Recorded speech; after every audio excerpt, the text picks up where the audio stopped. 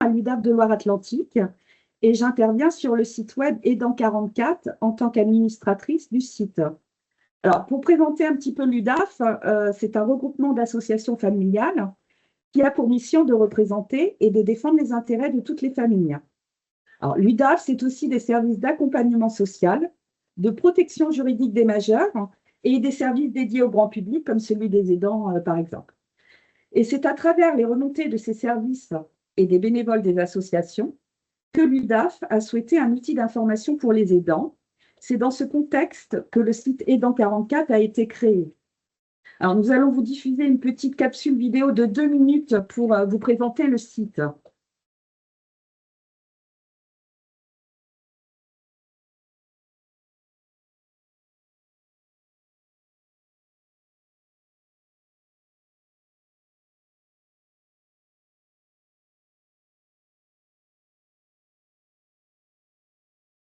Handicap, des séances de cinéma adaptées et bien d'autres. Vous pouvez consulter toute l'actualité des aidants. Vous n'avez pas trouvé votre réponse sur le site? Une chargée d'information et d'orientation vous accueille au 02 51 80 30 19 du lundi au vendredi de 9h à 17h. Alors n'oubliez pas, vous êtes aidant, aidante. Vous aidez un proche. Le site Aidant44 vous accompagne. Le site Aidant44 est porté par l'UDAF de Loire-Atlantique avec le soutien du département de Loire-Atlantique et la Conférence des financeurs. Alors voilà pour la vidéo avec un petit démarrage compliqué. Bienvenue donc pour ce webinaire qui s'intitule aujourd'hui « Anticiper pour mieux se protéger ». Alors ce webinaire propose de vous informer sur 3 dispositifs juridiques clés qui permettent à chacun de préserver ses volontés et ses droits, même en cas de perte d'autonomie ou d'incapacité à s'exprimer. Alors ces 3 thématiques, la personne de confiance, les directives anticipées et le mandat de protection futur concernent tout le monde, quel que soit son âge ou sa situation familiale. Alors, ce sont des outils qui permettent de préserver sa dignité et ses choix personnels. Et ça évite aux proches d'avoir à prendre des décisions difficiles et sans repère. Et aussi parce que ces dispositifs sont encore mal connus, alors qu'ils sont simples à mettre en œuvre. Alors, ce webinaire vous donnera des informations pour à la fois comprendre les enjeux de chaque dispositif, savoir quand et comment les mettre en place, identifier les interlocuteurs compétents, les notaires, professionnels de santé, etc., et réfléchir à vos propres souhaits et les formaliser. Alors voilà pour la présentation d'aujourd'hui. Je vais laisser la parole à Carole Dalibert, formation à l'ISTF 44 et chargée d'information aux aidants à l'UDAF. Bonjour à tous, donc je suis Carole Dalibert, je suis intervenante, comme le disait Sandrine, sur la ligne téléphonique d'information et d'orientation couplée au site Aidant 44 qu'on vient de vous présenter. Et j'interviens également sur un dispositif qui s'appelle le dispositif d'information et soutien aux tuteurs familiaux. Ce dispositif a pour mission d'informer les familles sur les mesures de protection. Une famille qui est confrontée à la vulnérabilité d'un proche, qui s'interroge sur la nécessité de mettre en place une mesure de protection, on est là pour les informer et les guider dans leurs demandes. Et également, on est là pour accompagner les familles qui vont être nommées tuteurs, curateurs habilités d'un proche. Donc, on a cette double mission, informer les familles sur la procédure de demande de mesure, pourquoi demander une mesure, et soutenir les familles lorsqu'elles sont nommées tuteurs ou curateurs, ces familles aidantes qui ont cette double casquette d'être aidant et d'être tuteur ou curateur d'un proche. Donc effectivement, aujourd'hui, on va vous parler des outils vous permettant d'anticiper votre protection. Comment faire valoir mes volontés et anticiper ma protection. Donc, on va évoquer 2 thématiques par rapport à ces outils pour anticiper sa protection. Une première thématique qui est de faire valoir sa volonté sur le plan médical. Et une seconde thématique plus large qui va être l'anticipation de sa protection sur le plan juridique. Donc, en ce qui concerne la thématique sur le plan médical, comment faire valoir mes volontés sur le plan médical? Il existe 2 outils. La désignation de la personne de confiance et la rédaction de directives anticipées. Ce sont les 2 outils qui vont vous permettre de faire valoir vos volontés le jour où vous ne pourrez plus exprimer vos souhaits et attentes sur le plan médical. Donc, je vais d'abord vous parler de ce premier outil qui est la personne de confiance. Alors, la personne de confiance qu'il ne faut pas confondre avec la personne à prévenir. C'est vrai que quand on est hospitalisé ou quand on rentre en clinique, si on a besoin d'une intervention, remplissez le livret d'accueil et on vous demande de préciser la personne à prévenir. Cette personne à prévenir, comme son nom l'indique, va juste être la personne qui va être contactée au moment de votre sortie d'hospitalisation ou s'il se passe quelque chose pendant votre hospitalisation. Mais cette personne à prévenir ne sera en aucun cas l'interlocuteur du médecin s'il y a des décisions à prendre et s'il y a des informations à transmettre au médecin sur vos volontés. Donc, la personne de confiance, elle va se définir comme un tiers désigné par toute personne majeure, donc on parle bien de majorité, il faut être majeur pour désigner une personne de confiance, afin de l'accompagner, s'il le souhaite, dans les démarches de santé et d'exprimer à l'équipe soignante ses volontés au cas où cette personne majeure est hors d'état de les exprimer. Donc on est bien sur une notion d'accompagnement, de volonté de la personne de désigner une personne de confiance et d'être représenté auprès de l'équipe soignante le jour où vous ne pouvez plus exprimer vos volontés. Donc, si vous ressentez le besoin d'être accompagné dans votre démarche de soins, ou si vous craignez de ne plus être en capacité d'exprimer vos souhaits, vous avez la possibilité de désigner une personne de confiance. Donc, cette personne de confiance, quel va être son rôle une fois que vous l'avez désignée? On parlera ensuite de la procédure de désignation, mais quel est le rôle de cette personne de confiance? Donc, cette personne de confiance, elle va pouvoir vous assister ou vous représenter sur le plan médical uniquement, de façon durable ou lors de votre entrée à l'hôpital durant votre séjour. Il y a deux possibilités. On peut désigner d'ores et déjà une personne de confiance, même si je ne suis pas hospitalisée. Mais vous avez aussi la possibilité de désigner une personne de confiance au moment où vous êtes hospitalisé. Et là, la mission de cette personne de confiance va se limiter à votre durée d'hospitalisation. Cette personne de confiance, elle va pouvoir vous accompagner à votre demande lors des consultations médicales et des rendez-vous avec les professionnels de santé. Et c'est bien à votre demande.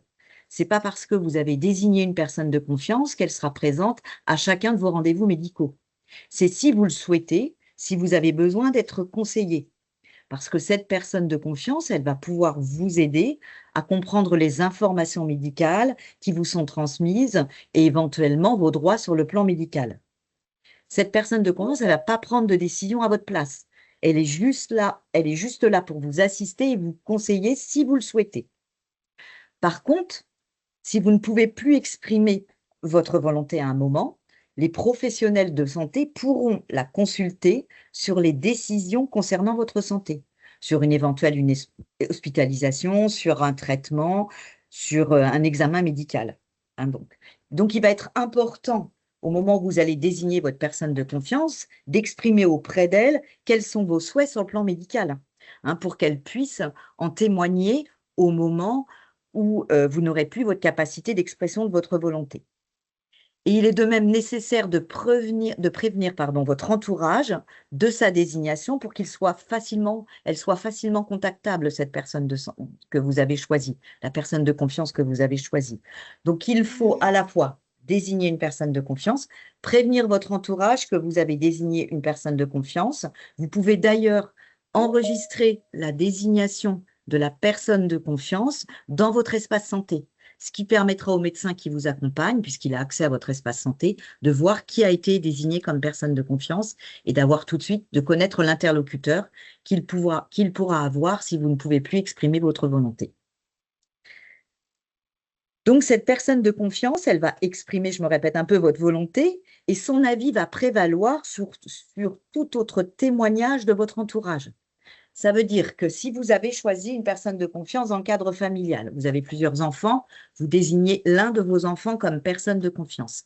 C'est cet enfant qui sera l'interlocuteur du médecin si à un moment il y a des décisions à prendre. Ce ne sont pas les autres enfants. Et effectivement, l'avis de la personne de confiance va prévaloir sur l'avis des autres enfants. Cette personne de confiance ne prend pas de décision médicale, elle ne fait que témoigner de votre volonté que vous aurez exprimée préalablement avec elle. La personne de confiance n'a pas non plus accès à votre dossier médical. Sur le principe, la personne de confiance, pas parce qu'elle est personne de confiance, qu'effectivement, elle peut avoir accès à votre dossier médical. Sauf si vous l'avez autorisé dans la désignation. Il est possible de préciser dans la désignation de la personne de confiance que vous lui donnez l'accès au dossier médical. Donc, qui peut être désigné comme personne de confiance? Mais déjà, la personne que vous aurez choisie. C'est-à-dire que c'est vous qui allez choisir votre personne de confiance, soit dans votre entourage familial, soit auprès d'un proche, soit dans votre réseau amical. C'est vous qui déterminez qui va être votre personne de confiance. Il faut par contre obligatoirement que cette personne soit majeure, qu'elle ne soit pas sous mesure de protection. Une personne sous mesure de protection ne peut pas être désignée comme personne de confiance. Je vais faire un petit focus à la fin de mon intervention sur la notion de personne de confiance et de mesure de protection. Et comme je le disais, on ne peut désigner qu'une seule et unique personne de confiance. On ne peut pas nommer plusieurs personnes de confiance. Donc, c'est à vous de choisir qui va être votre personne de confiance dans votre environnement familial ou dans votre réseau amical. Et puis, vous avez aussi la possibilité de désigner votre médecin traitant comme personne de confiance.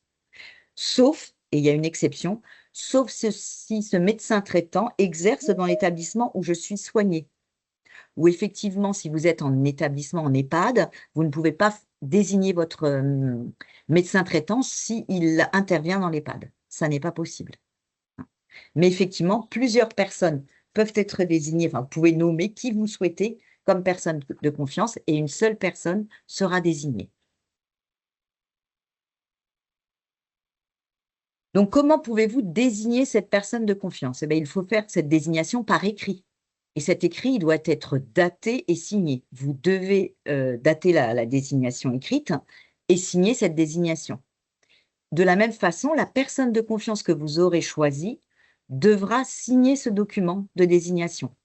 Et ça veut dire que si elle signe ce document, elle accepte sa mission. C'est-à-dire que vous ne pouvez pas imposer la désignation d'une personne de confiance à quelqu'un si celle-ci ne le souhaite pas. Elle devra accepter sa mission. Par contre, vous avez la possibilité à tout moment de révoquer cette personne de confiance. Vous avez choisi à un moment de votre vie quelqu'un de votre famille pour être votre personne de confiance.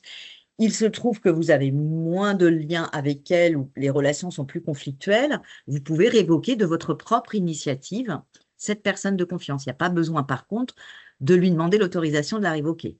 Vous restez acteur du choix de la personne de confiance et de la désignation de la personne de confiance.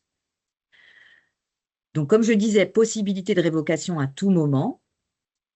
Et vous devez aussi informer votre entourage de cette désignation pour que la personne de confiance soit le plus facilement contactable.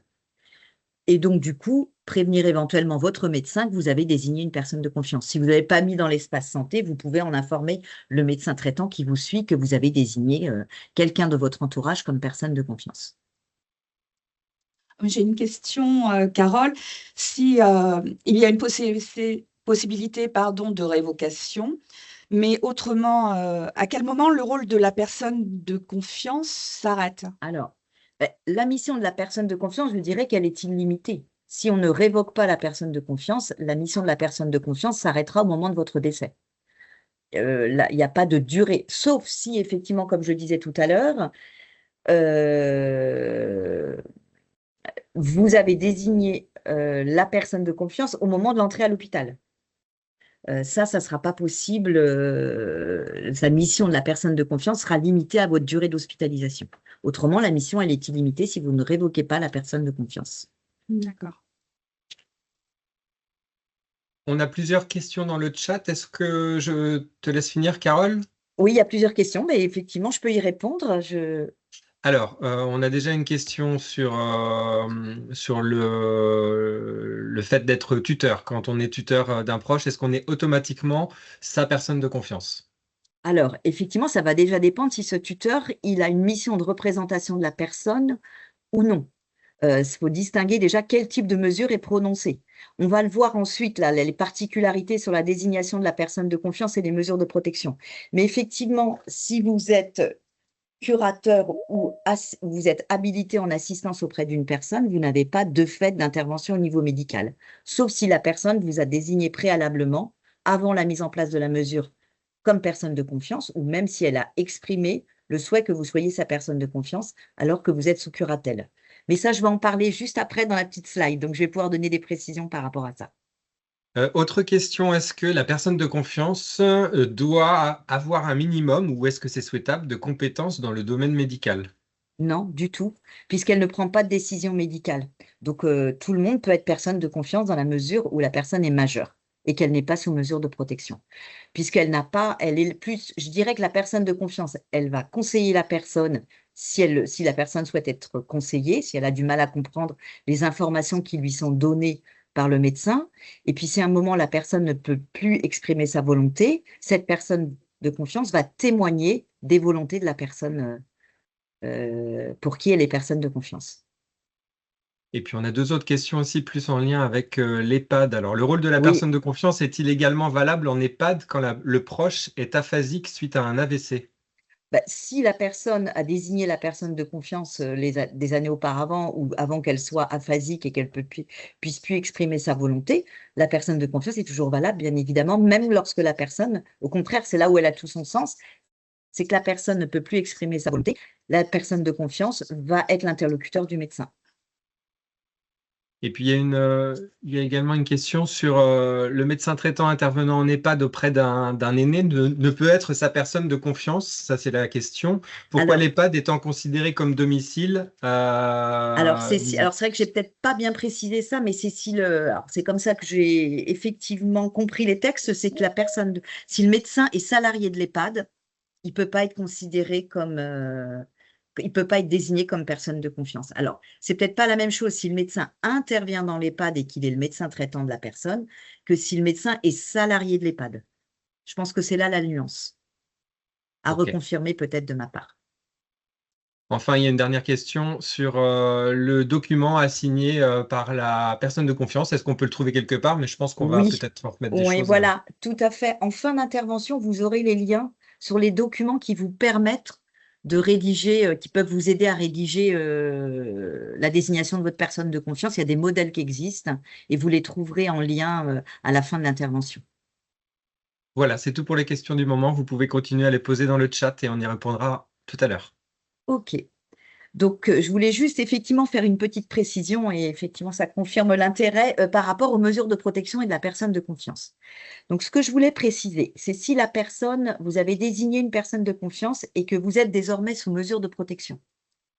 Si vous êtes sous mesure de protection et qu'il n'y a pas de représentation de votre personne par le tuteur ou l'habilité en représentation, c'est-à-dire que vous êtes sous curatelle, sous habilitation en assistance, votre désignation de personne de confiance que vous aurez fait quelques années auparavant sera toujours valable, elle sera maintenue. Par contre, si vous êtes désormais sous tutelle avec une représentation à la personne ou habilité avec une représentation à la personne, il faudra que le juge soit saisi pour confirmer la désignation de la personne de confiance. De la même façon, vous êtes sous mesure de protection. Vous souhaitez désigner une personne de confiance. C'est possible de désigner une personne de confiance si on est sous mesure de protection. Si vous êtes sous mesure en assistance, curatelle en assistance ou habilitation en assistance, vous désignez seul la personne de confiance. Par contre, si vous êtes sous mesure en représentation de la personne, là, il faudra l'autorisation du juge des tutelles pour vous autoriser à désigner la personne de confiance. Voilà comment le cadre juridique détermine la désignation de la personne de confiance pour quelqu'un qui est sous mesure de protection. Je ne sais pas s'il y a d'autres questions par rapport à la personne de confiance avant qu'on évoque l'autre thématique. On n'a pas d'autres questions dans le chat pour D'accord. l'instant. OK. Donc, la désignation de la personne de confiance, c'est donc un premier outil qui va vous permettre d'anticiper votre protection sur le plan médical. Mais la désignation de la personne de confiance, elle peut être associée et couplée avec la rédaction des directives anticipées. On peut nommer uniquement une personne de confiance on peut on peut rédiger uniquement des directives anticipées ou on peut faire les deux. Et c'est très complémentaire, ces deux outils qui vont vous permettre d'anticiper votre protection sur le plan médical. Donc, qu'est-ce que les directives anticipées? Donc, les directives anticipées sont un recueil des volontés de la personne, c'est-à-dire que vous allez, dans vos directives anticipées, noter vos volontés le jour où vous serez en fin de vie et que vous ne pourrez plus vous-même exprimer votre volonté par rapport à cette fin de vie.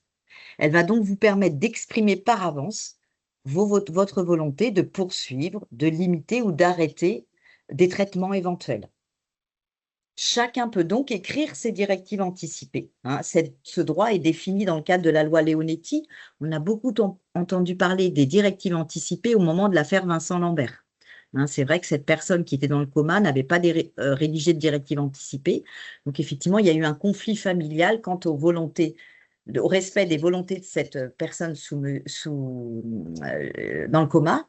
Et il y a eu des conflits familiaux sur le respect des volontés de la personne qui était dans le coma, puisque cette personne ne pouvait plus exprimer ses volontés. Donc, les directives anticipées n'ont pas pour vocation, par contre, à être utilisées tant que le patient est en capacité de communiquer ses volontés auprès des professionnels de santé. Les directives anticipées, elles vont rentrer en jeu et elles vont être saisies par le médecin si vous ne pouvez plus exprimer votre volonté. De la même façon, les directives anticipées ne sont pas un testament, puisqu'elles interviennent avant votre fin de vie. Elles sont ni un document pour anticiper l'organisation de vos obsèques. On est vraiment sur faire valoir votre volonté sur le plan médical le jour où vous ne pourrez plus les exprimer et que vous êtes en fin de vie. Donc, dans vos directives anticipées, vous allez pouvoir indiquer si vous acceptez ou non une réanimation cardiaque ou respiratoire, si vous acceptez ou non telle ou telle intervention si vous êtes en fin de vie, et si, par exemple, vous acceptez le branchement de votre corps à un appareil de dialyse. Donc, les directives anticipées, elles vous permettent de faire connaître vos souhaits sur votre fin de vie le jour où vous ne pourrez plus vous-même exprimer vos souhaits. Voilà ce que sont les directives anticipées. Donc, comment rédiger ces directives anticipées? Comme la personne de confiance, c'est un écrit qui est daté et signé. C'est important de dater ce document parce qu'il prouvera qu'à ce moment-là, vous aviez bien votre capacité à rédiger vos directives anticipées. Vous les signez. Ces directives anticipées, elles peuvent être manuscrites ou dactylographiées. Puis, il existe également des modèles pour rédiger ces directives anticipées. Il y a 2 modèles. Il y en a même plusieurs, mais on va vous en montrer 2 tout à l'heure. Mais de toute façon, ces modèles, ils seront en lien toujours à la fin de notre intervention. Et ces 2 modèles, il y en a un qui vous permet de rédiger vos directives anticipées quand vous êtes déjà en fin de vie et atteint d'une maladie grave, ou il y a un autre modèle qui existe que vous pouvez utiliser à tout moment pour rédiger vos directives anticipées. Oui, Sandrine. Et si la personne ne peut pas écrire, est en incapacité de rédiger? Ouais. Alors, si effectivement la personne est en situation de handicap, par exemple, et qu'elle n'a pas la capacité à écrire, elle peut quand même exprimer ses directives anticipées en présence de 2 témoins qui vont rédiger à sa place et témoigner des volontés de la personne. Il y aura 2 témoins qui vont témoigner de ses volontés et rédiger les directives anticipées à la place de la personne. Donc, même si on n'a pas la capacité physique d'écrire ou qu'on ne sait pas écrire, on peut rédiger des directives anticipées, les exprimer avec 2 témoins qui les rédigeront à votre place. C'est tout à fait possible. Vous avez ici les 2 modèles dont je vous parlais, mais c'est difficilement lisible, donc il sera plus simple pour vous de les voir en fin d'intervention, de faire le lien pour avoir accès à ces 2 modèles. Et j'ai une autre question. Si la personne est dans le coma, comment le médecin tient compte de cette directive anticipée? Alors, en fin de compte, ces directives anticipées, elles vont s'imposer au médecin. C'est-à-dire que le médecin constate, vous êtes dans le coma, il constate que vous êtes en fin de vie, que vous ne pouvez plus exprimer votre volonté, il va donc aller consulter vos directives anticipées. Par exemple, si vous les avez mis dans l'espace santé ou si vous les avez remis à votre personne de confiance, et elle va s'imposer au médecin. Le médecin n'aura pas le choix que d'appliquer vos directives anticipées. Par contre, il y a quand même une exception, et l'article 8 de la loi du 2 février 2016 précise que si les directives anticipées sont manifestement inappropriées ou non conformes à la situation médicale, là, le médecin pourra ne pas appliquer les directives anticipées. Donc ça, c'est le médecin qui apprécie cette situation inappropriée ou non conforme. Par exemple, c'est si vous n'êtes pas en fin de vie, vous n'êtes pas vraiment considéré comme en fin de vie, les directives anticipées ne pourront pas s'appliquer. Très bien. Donc, la durée de validité de ces directives anticipées, je dirais qu'elles sont illimitées. Il n'y a pas de limite à vos directives anticipées. Effectivement, elles ne seront plus applicables le jour où vous serez décédé, mais vous avez la possibilité, de votre propre initiative, de les annuler ou de les modifier à tout moment, ces directives anticipées. C'est vous qui déterminez vos souhaits par rapport à votre fin de vie. Mais sur le principe, si vous faites aujourd'hui des directives anticipées et que vous êtes dans le coma dans 10 ans, si vous n'avez pas modifié vos directives anticipées, celles que vous avez rédigées aujourd'hui seront valables.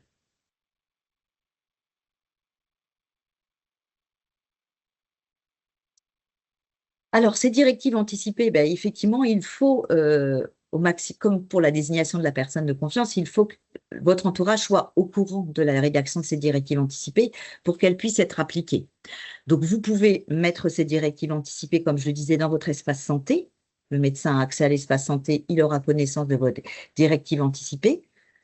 Vous avez la possibilité de les remettre à votre personne de confiance, puisqu'elle est l'interlocuteur du médecin. Le jour où vous ne pourrez plus exprimer votre volonté, la personne de confiance, pourra remettre les directives anticipées au médecin.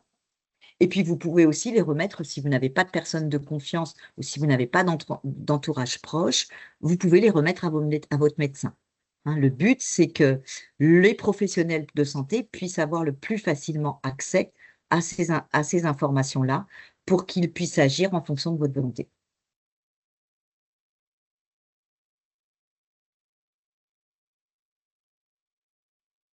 Un petit focus de la même façon sur directives anticipées et mesures de protection. Les directives anticipées qui sont rédigées antérieurement à la mesure de protection sont applicables. De fait, si vous avez rédigé des mesures de protection, rédigé des directives anticipées, avant d'être sous mesure de protection, ces directives anticipées s'appliqueront. On ne remettra pas en cause les directives anticipées que vous avez rédigées avant.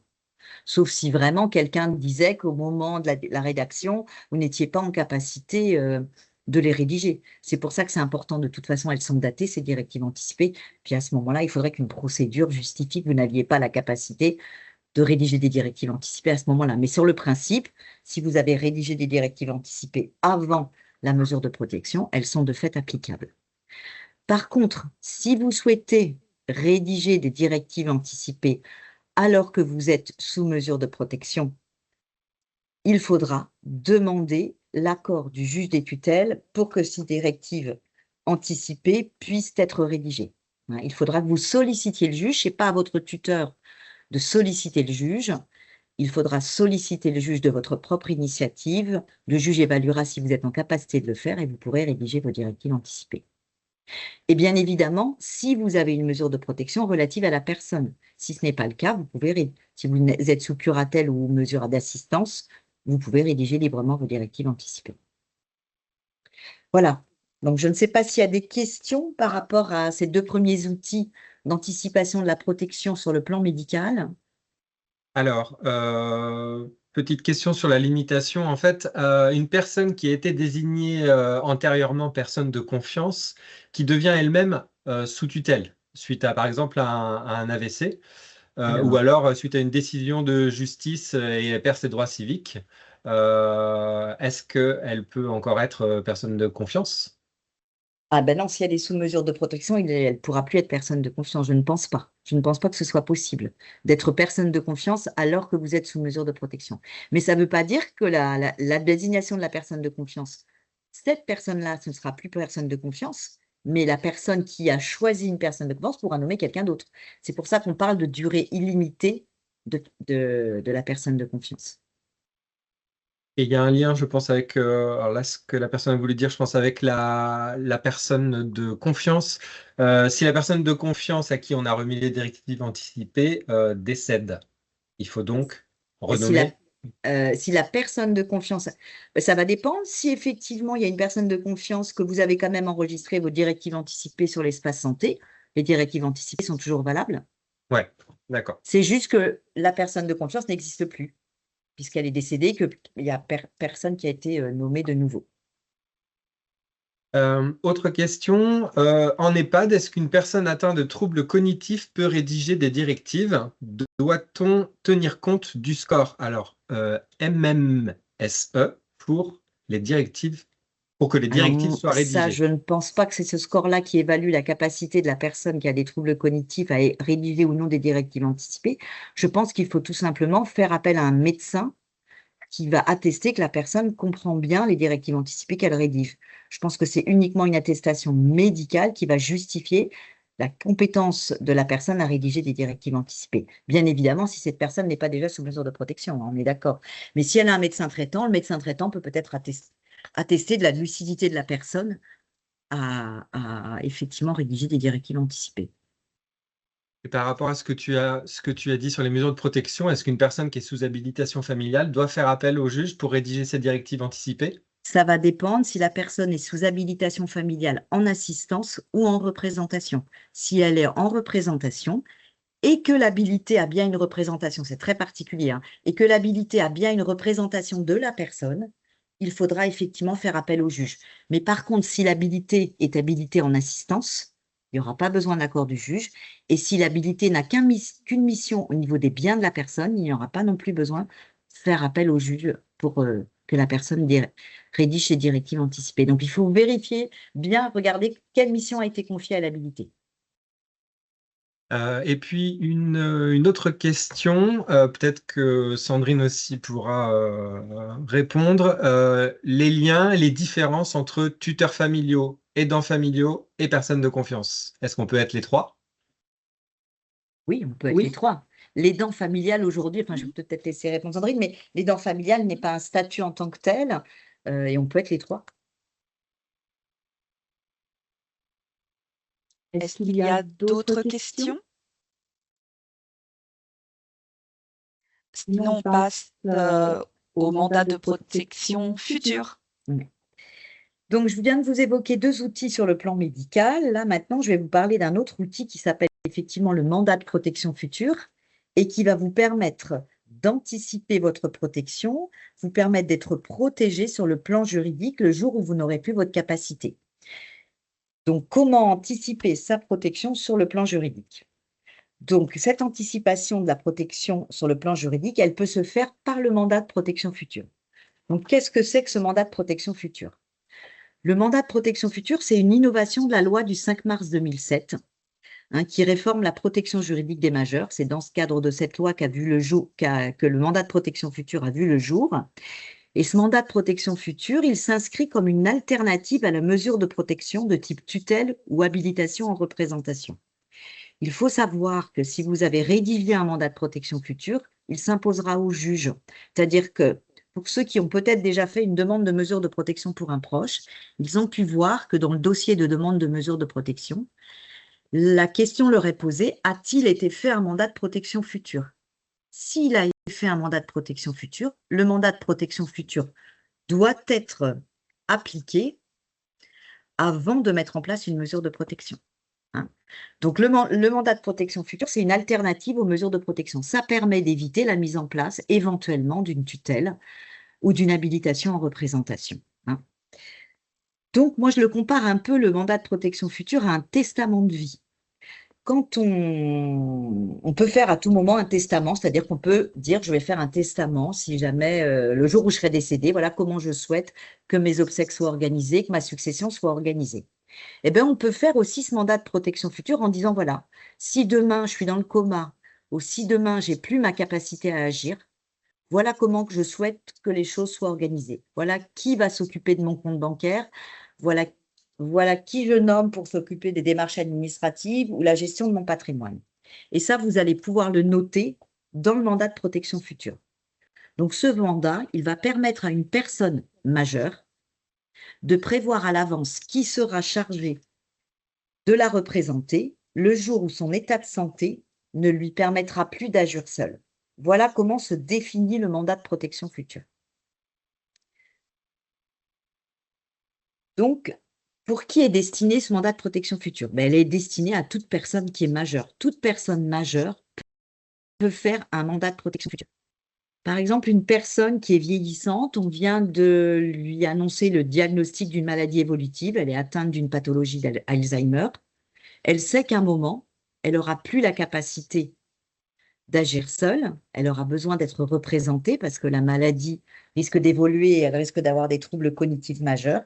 Elle peut donc rédiger un mandat de protection future et s'assurer que ses enfants, puisqu'on peut nommer plusieurs personnes dans le cadre du mandat de protection future, s'assurer que ses enfants géreront sa situation administrative, financière, ou par exemple pourront prendre des décisions qu'elle aura éventuellement précisées dans le mandat de protection future par rapport au devenir de son animal de compagnie si elle doit rentrer en EHPAD, par exemple. Donc, toute personne majeure peut désigner un mandat de protection future, pardon, peut rédiger un mandat de protection future, sauf si cette personne bénéficie déjà d'une mesure de représentation. Ça, c'est pas possible. Mais par contre, quelqu'un qui bénéficie d'une mesure d'assistance, une mesure de curatelle ou d'une habilitation en assistance, elle peut rédiger un mandat de protection future avec l'assistance de son curateur ou de son habilité. C'est également possible pour une personne qui a une mesure d'assistance. C'est aussi une possibilité, le mandat de protection future, qui est offerte aux parents qui ont un enfant en situation de handicap. Ce parent qui exerce l'autorité parentale de son enfant mineur ou qui assume la charge matérielle et affective de son enfant majeur peut rédiger un mandat de protection future pour son enfant. Ce parent, il s'occupe au quotidien de cet enfant en situation de handicap. Il est présent auprès de lui, il gère son compte, il gère les démarches administratives. Il sait qu'à un moment, il ne sera plus là pour s'occuper de cet enfant sur le plan administratif, patrimonial. Il souhaite donc organiser les choses avant son départ. Eh bien, il va rédiger ce mandat de protection future pour cet enfant. Et ce mandat de protection future va s'appeler un mandat de protection future pour autrui. Donc, soit un mandat de protection future pour soi, soit un mandat de protection future pour autrui, pour son enfant en situation de handicap. Donc, il y a deux formes pour rédiger un mandat de protection future. Ce mandat de protection future qui va être rédigé, selon le choix que vous allez faire dans le mode de rédaction du mandat de protection future, il va conditionner les pouvoirs que vous allez confier au mandataire. Puisque la personne qui rédige le mandat de protection future, c'est ce qu'on appelle le mandant, et la personne qui est nommée pour exercer le mandat de protection future, c'est le mandataire. Donc, vous pouvez faire soit un mandat protection future sous seing privé. Il existe un modèle CERFA, de la même façon qu'on va vous mettre en lien à la fin. Ou ça peut être fait sur papier libre et rédigé, que vous rédigerez vous-même et qui sera contresigné par un avocat.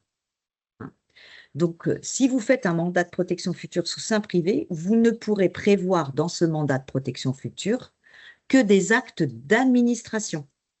Qu'est-ce que sont les actes d'administration? C'est les actes de gestion courante. Vous ne pourrez pas confier la gestion de votre patrimoine financier ou de votre patrimoine immobilier au mandataire que vous aurez choisi si vous faites ce mandat de protection future sous seing privé.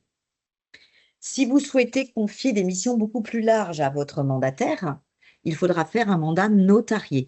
Et là, vous pourrez confier à votre mandataire la gestion de votre compte courant, des démarches administratives, de votre patrimoine immobilier, de votre patrimoine financier, dans le cadre d'un mandat notarié. Et pour les parents qui vont faire un mandat de protection future pour leur enfant en situation de handicap, là, ils devront faire obligatoirement un mandat notarié. Là, il n'y a pas le choix. On ne peut pas faire un mandat sous seing privé si on fait un mandat pour autrui. Ça n'est pas possible.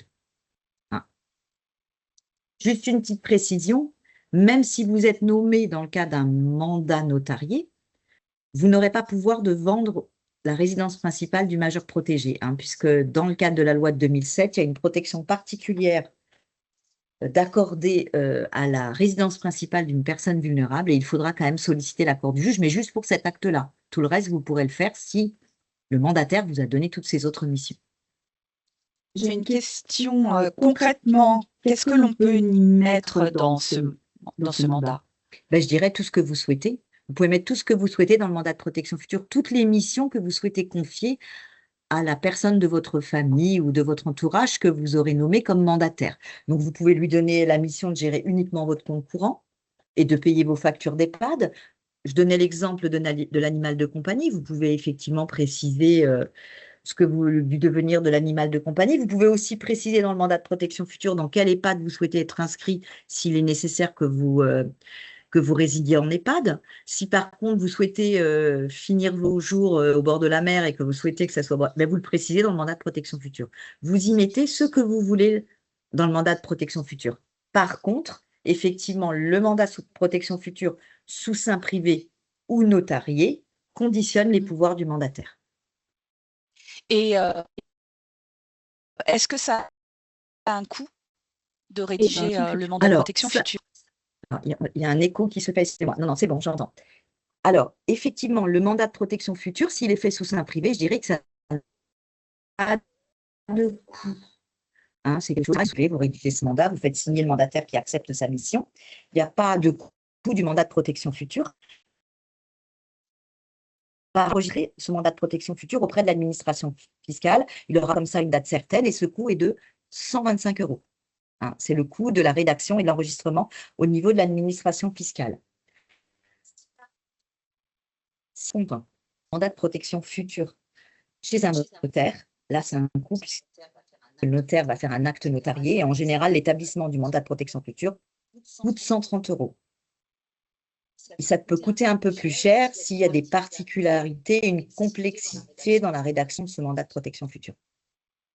Mais autrement, c'est un acte, la rédaction du mandat de protection future, à part acte notarié, c'est gratuit. On a quelques Et il problèmes peut être, de son. On a des On a problèmes de des son, problèmes. je crois. Oui, je ne sais pas d'où ça vient. Là, vous nous entendez bien? Vas-y, Carole, parle. Un peu. Qui peut être désigné, Carole? Non. Il y a un décalage, je pense que vous avez un décalage dans ce qu'on vous donne comme information. Peut-être que si tu coupes ton micro pour l'instant, ou ouais, peut-être ça va peut-être permettre. Vous m'entendez là, Nicolas? Je ne sais pas si tu m'entends. Oui, c'est bon, Carole, on t'entend. Je pense qu'effectivement, il faut que Sandrine coupe son micro. Ouais, voilà. Donc Sandrine coupe son micro, puis quand il y aura des questions, elle pourra rallumer le micro. Est-ce que c'est mieux? Oui, c'est mieux. Donc je vais voilà, ok. Donc, je vais continuer mon intervention. Donc, je vous parlais de la rédaction du mandat de protection future sous deux formes, sous seing privé ou notarié. Et donc, qui peut être désigné dans le cadre d'un mandat de protection future? Ben, toute personne majeure peut être désignée dans le cadre d'un mandat de protection. Dans le cadre d'un mandat de protection future, donc toute personne que vous aurez choisie. C'est vous qui choisissez le mandataire que vous allez désigner. Vous pouvez choisir plusieurs personnes, c'est-à-dire que si vous décidez de nommer vos enfants, vous pouvez nommer plusieurs enfants mandataires dans le cadre du mandat de protection future. Soit ils auront tous la même mission, ce qui leur permettra de se relayer dans l'exercice du mandat, soit vous pouvez leur confier des missions différentes. Par exemple, il y a un des enfants qui vit auprès de vous géographiquement, vous pouvez lui confier des missions plus liées à l'accompagnement. Et puis si par contre vous avez un enfant qui habite loin, mais qui a des compétences au niveau patrimonial, vous pouvez lui confier des missions patrimoniales. Donc, c'est vous qui choisissez, soit quelqu'un de votre famille, soit quelqu'un de votre réseau amical ou de votre entourage. Et vous pouvez également confier cette mission à un mandataire judiciaire à la protection des majeurs, à un professionnel. Hein, donc, le mandataire judiciaire à la protection des majeurs, c'est le mandataire qui exerce des mesures de protection du type tutelle, curatelle et qui est agréé pour pouvoir exercer ce type de mission, donc pour pouvoir exercer la mission de mandataire dans le cadre d'un mandat de protection future. Donc, c'est vous qui allez choisir qui vous désignez dans le cadre du mandat de protection future. Tout à l'heure, Sandrine posait une question sur le coût du mandat de protection future. Si effectivement vous ne souhaitez pas que ce soit votre famille ou si vous n'avez pas de famille et que vous nommez un professionnel, ben là, ça peut avoir un coût parce que ce mandataire, il doit être rémunéré dans le cadre de sa mission. Mais ça sera déterminé avec vous au moment de la rédaction du mandat. Puisque le mandat, c'est vraiment un contrat. Vous allez signer votre mandat de protection future et la personne qui va être nommée va le contresigner. Donc, vous allez élaborer avec elle ce mandat de protection future. Donc, on a parlé ici de la rédaction du mandat de protection future, on va parler maintenant de la mise en place du mandat de protection future. Parce que quand on parle de mandat de protection future, il y a la rédaction du mandat. Vous allez rédiger aujourd'hui votre mandat de protection future. Dans 10 ans, vous n'aurez plus votre capacité. C'est à ce moment-là que le mandat de protection future va être activé. Donc, il y a une période de rédaction, il y a une période de veille du mandat de protection future, c'est-à-dire toute la période où le mandat ne se mettra pas en place parce que vous allez bien. Et puis ensuite, il y a la période d'activation du mandat de protection future qui s'activera au moment où vous aurez une incapacité. Donc, on parle bien d'incapacité du mandant pour que ce mandat de protection future puisse se mettre en place. Et cette incapacité du mandant, elle se constate à partir d'un certificat médical qui va être fait par un médecin expert auprès du tribunal. Ce n'est pas n'importe quel médecin qui peut faire cette évaluation sur votre incapacité. Donc, le mandataire que vous aurez choisi, qui constate que vous avez des troubles cognitifs majeurs et que vous ne pouvez plus gérer votre situation, ou alors que vous avez eu un accident de la vie, que vous êtes dans le coma, va devoir faire constater votre incapacité par un médecin expert auprès du tribunal. Et je voulais repréciser qu'il est donc important que vous ayez maintenu le lien avec votre mandataire entre le moment où vous avez rédigé ce mandat de protection future et le moment où le mandat de protection future doit être exerçable. Parce que ce mandat de protection future, il peut aussi ne jamais s'exercer, parce que vous allez décéder, vous n'aurez jamais de troubles cognitifs, vous ne serez jamais dans le coma, et il n'y aura pas besoin de mettre en place, d'activer ce mandat de protection future. Donc, pour activer ce mandat de protection future, le mandataire que vous aurez choisi devra prendre rendez-vous avec le greffe du tribunal. Alors, le greffe du tribunal où il devra prendre rendez-vous, c'est celui du lieu d'habitation du mandant. Ça veut dire que vous habitez Nantes. Vous avez fait un mandat de protection future. Vous habitez toujours Nantes. Vous n'avez plus votre capacité à agir. Par contre, vous avez choisi un de vos enfants qui habite Bordeaux. Ce n'est pas à Bordeaux que l'activation du mandat de protection future se fera. C'est bien à Nantes, auprès du greffe du tribunal de Nantes. Votre mandataire se présentera, prendra rendez-vous avec le greffe du tribunal, transmettra avec vous, normalement, la personne qui a besoin d'être protégée doit être présente au rendez-vous avec le greffe, sauf si, bien évidemment, la personne ne peut pas se présenter au greffe. Ça sera le médecin qui le précisera dans son certificat médical. Donc, le mandataire se présentera auprès du greffe, présentera le certificat médical, présentera le mandat de protection future, le greffier tamponnera le mandat de protection future, c'est-à-dire qu'apposera son visa, et ça veut dire qu'au moment où le greffier aura apposé son visa sur le mandat de protection future, le mandat de protection future sera actif et le mandataire pourra agir en votre nom et pourra effectuer les missions que vous lui avez confiées. Et c'est ce qu'on appelle l'activation du mandat de protection future. Alors, j'ai une autre question. Une fois le mandat activé, que fait le mandataire? Le mandataire, déjà, il va faire les missions qu'a confié le mandant, que lui a confié le mandant qui sont notés dans le mandat de protection future. Si, par exemple, le mandant lui a confié la mission de gérer son compte courant, de payer ses factures, mais de gérer aussi ses livrets, il devra prévenir la banque qu'il est désormais celui qui peut gérer les comptes bancaires de la personne devenue vulnérable. Donc, il devra prévenir les organismes ce qui justifie de son pouvoir, c'est le mandat de protection future. Donc, prévenir la banque qu'un mandat de protection future est désormais activé. Il montrera à la banque le mandat de protection future et la banque lui donnera le pouvoir d'accéder au compte bancaire du majeur protégé, du majeur qui devient protégé désormais. De la même façon, si le mandant, je m'embrouille un peu, si le mandant a donné un pouvoir au mandataire de gérer son patrimoine immobilier, et bien, si le mandataire décide qu'il faut vendre un bien immobilier appartenant au mandant, et bien, il verra le notaire, il procédera à la vente du bien immobilier, et ce qui justifiera qu'il peut signer à la place du mandant, c'est le mandat de protection future. Et j'ai une autre question. Si le mandataire décède avant la mise en place du mandat? Si le mandataire décède avant la mise en place du mandat, le mandat s'arrête, il n'a plus lieu d'être puisque le mandataire est décédé. Par contre, il faudra que le mandant nomme un autre mandataire éventuellement pour exercer ce mandat. Par contre, s'il y a plusieurs mandataires qui sont nommés, ben à ce moment-là, le mandat, il existera toujours. Il faudra juste modifier le mandat de protection future, enlever la personne qui est décédée.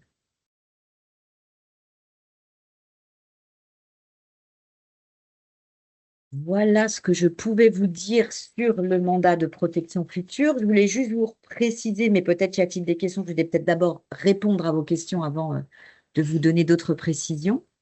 Alors, il y a de nombreuses questions. Je voulais les regrouper, mais j'avoue que là, je vais les prendre dans l'ordre et puis on Ouais. va balayer.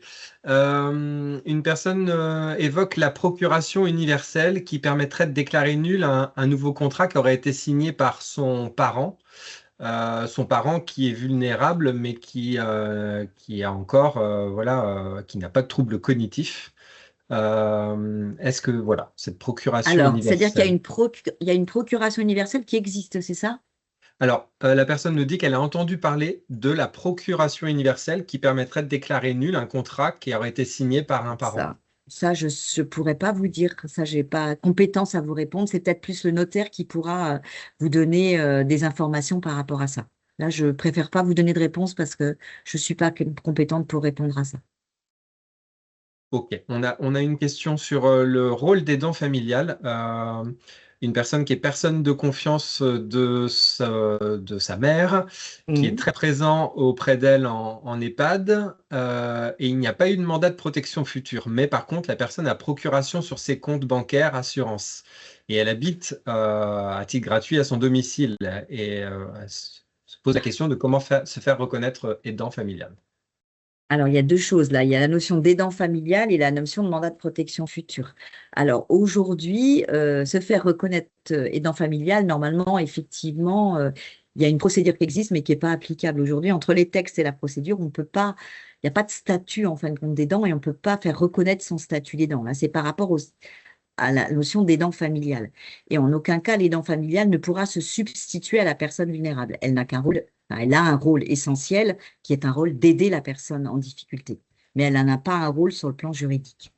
Je pense juste en complément, et Sandrine pourra peut-être abonder dans mon sens, la stratégie du département de Loire-Atlantique, la stratégie de soutien aux aidants 2025-2028, qui vient d'être annoncée et qui a été d'ailleurs votée hier, prévoit de mettre ça sur la table, en tout cas, la question de se faire reconnaître, en tout cas, pouvoir se faire reconnaître comme aidant familial.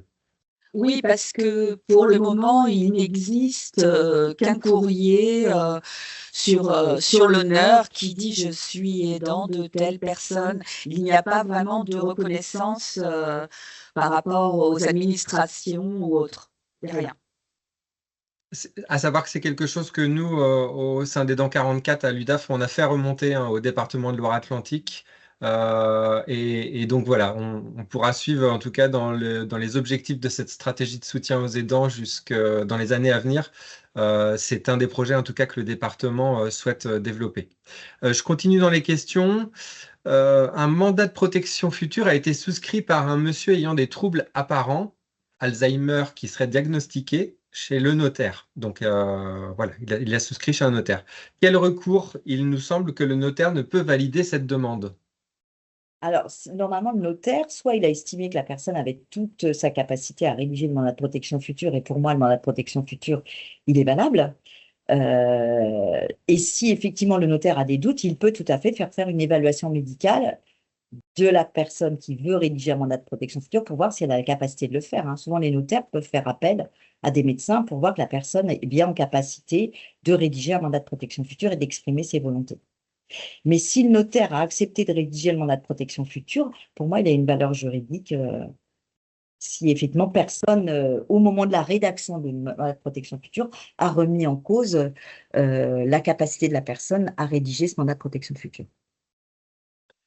Je pense que ça, on y a répondu, mais une personne en dehors de l'affiliation directe, un neveu par exemple, peut-il être nommé pour une mesure de protection ou mandat de protection future? On est d'accord que oui.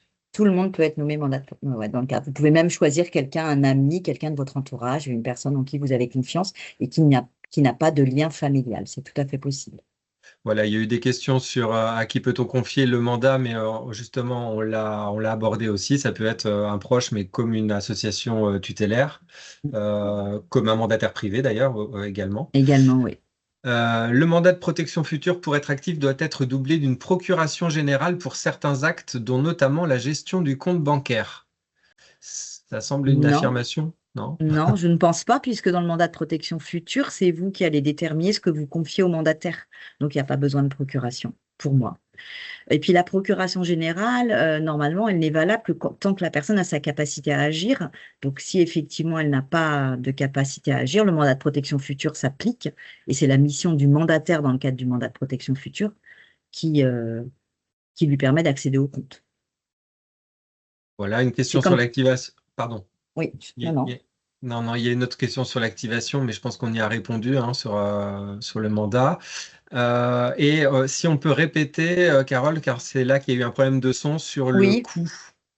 Ah, Est-ce que le c'est coût. payant, etc. Alors, ce que je te disais, c'est que quand on rédige un mandat de protection future, il n'y a pas de coût quand on le rédige sous seing privé. Hein, c'est un document que vous allez constituer. Il n'y a pas de coût. Si vous faites contresigner un avocat, il peut y avoir des honoraires d'avocat. Et de la même façon, si vous le faites sous seing privé et que vous souhaitez l'enregistrer à l'administration fiscale, ce qui est possible, ça a un coût de 125 €. Par contre, si vous faites rédiger votre mandat de protection future à l'aide d'un notaire, il y aura des frais notariés qui seront imputés à la rédaction du mandat de protection future. Jusqu'à nouvel ordre, c'était 130 € le coût d'un mandat notarié, auquel peuvent s'ajouter des frais supplémentaires s'il y a une complexité dans le cadre de la rédaction de votre mandat de protection future. Mais de toute façon, ça, c'est précisé par le notaire avant la rédaction. Il vous dira quel coût représente la rédaction de votre mandat de protection future. Merci. On arrive aux dernières questions. Que se passe-t-il si le mandataire est défaillant par rapport aux missions figurant sur le mandat de protection future? À tout moment, si effectivement on estime que le mandataire ne remplit pas bien son rôle de mandataire, il ne respecte pas ce qui a été confié dans le mandat, ou même s'il n'exerce pas du tout le mandat, vous pouvez saisir le juge des tutelles pour envisager éventuellement une demande de mesure de protection ou saisir le tribunal pour dénoncer, je dirais faire un signalement au procureur pour dénoncer l'incompétence du mandataire dans l'exercice du mandat de protection future qui lui est confié. Il y a un contrôle de ces missions. Alors, vous pouvez, dans le mandat de protection future, alors, c'est même pas vous pouvez, parce que la loi n'oblige pas la nomination d'un contrôleur, mais on voit qu'effectivement, à la fois, il n'y a pas un texte qui dit l'obligation de la nomination d'un contrôleur, mais les articles se contredisent, et aujourd'hui, il est quand même conseillé de mettre en place la nomination d'un contrôleur que vous allez choisir. Quand vous allez rédiger votre mandat de protection future, si vous souhaitez que le mandataire soit contrôlé dans son exercice, vous pourrez dire, je nomme par exemple un autre de mes enfants contrôleur, ou je nomme le notaire contrôleur du mandat de protection future. Voilà. Après, je pense qu'on va bientôt s'arrêter là parce qu'on a déjà dépassé un petit peu l'horaire. Il y a encore quelques questions, mais qui sont plus en lien avec véritablement la mesure de protection. Je pense que justement, ce qui s'affiche, ça va être la ligne téléphonique tout à fait. à retenir. Alors, effectivement, sur les questions, Donc, justement, vous mettez la carte des permanences de l'ISTF. Donc, l'ISTF, on a des permanences téléphoniques tous les jours. Vous avez ici le numéro qui s'affiche. Hein, vous aurez de toute façon cette petite carte dans le lien de revisualisation du webinaire. Et vous avez ici les différents lieux où nous assurons des permanences et où on peut vous rencontrer. Donc, n'hésitez pas à revenir vers nous s'il y a des questions par rapport à ce qui a été abordé aujourd'hui. Je vais laisser aussi la parole à Sandrine qui a une information complémentaire à vous transmettre. Alors voilà les liens utiles dont je vous parlais. Ici, vous avez le lien sur le modèle de désignation de la personne de confiance, les directives anticipées, le formulaire pour rédiger un mandat de protection future, l'espace santé et notre site Aidant 44 sur lequel vous aurez le lien du webinaire. Voilà, je laisse la parole à Sandrine qui doit vous donner une autre information par rapport à un nouveau webinaire. Oui, je vais terminer là-dessus. Pour info, notre prochain webinaire se tiendra le mardi 25 novembre sur la thématique de « Je suis aidant et je travaille ». Et vous pourrez vous inscrire directement sur le site Aidant 44 quand on va enregistrer le replay sur le site internet. Voilà, autrement, nous vous remercions bien sûr pour votre écoute, pour votre présence et j'espère vous revoir nombreux au prochain webinaire. À bientôt.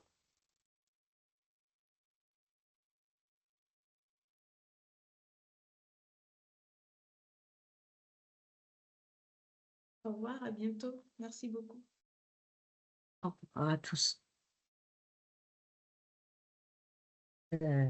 Du coup, on a largement... T'as trouvé ça dur? Bah, le départ a été Oui, mais non, mais, chaotique. mais ouais, bah, écoute, ça a été... Et du coup, j'en Attends. perdais après mes Les moyens micros sont de ouverts, joindre le Carole, site. encore.